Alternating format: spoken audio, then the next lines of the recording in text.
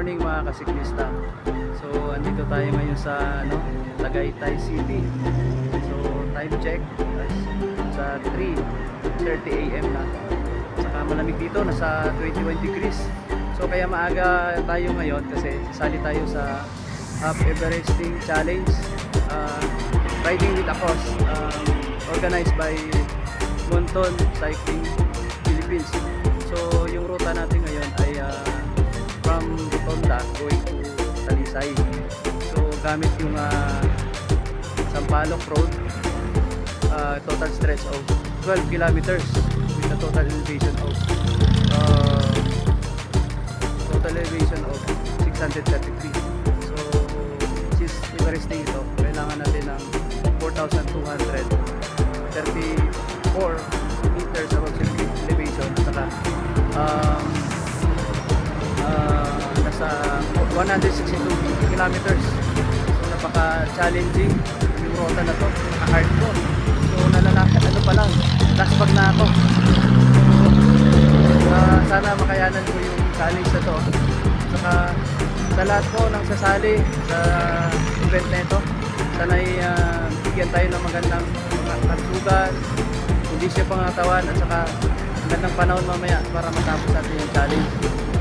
So good luck sa atin lahat. Sana'y maging successful yung biyahe na to. So sa lahat ng mga kaibiyahe, ride safe, ingat.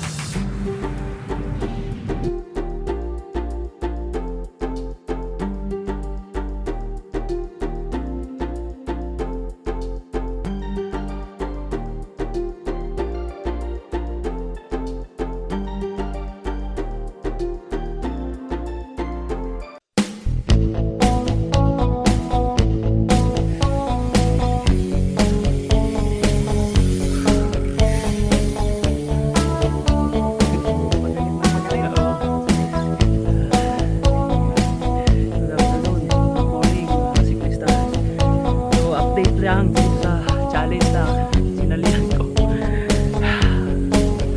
Nasa pang-5th na ako. Nakarating ako sa Rotonda, pang-5 na. So, meron pa akong 2. So, ngayon, hindi na yung init. Sakit. Nakakalaspag na. So, as of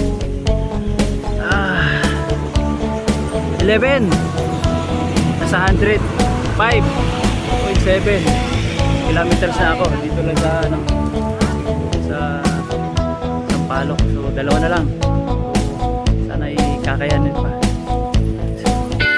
Ride safe.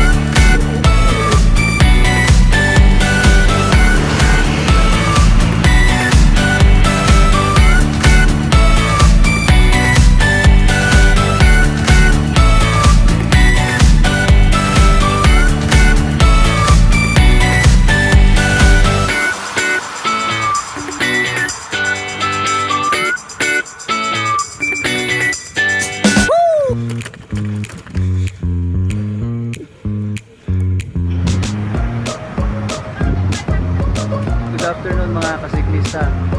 So update lang sa sinalihan kong challenge, yung Top Everesting challenge by Montron Cycling PH. Bale, as of 4:30 tapos ko yung challenge. Start ako kanina ng 3:30, almost 13 hours.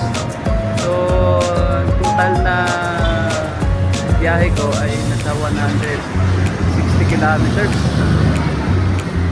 So 7 times sa Ahon Lusong dito sa Sampaloc. Grabe, last pa.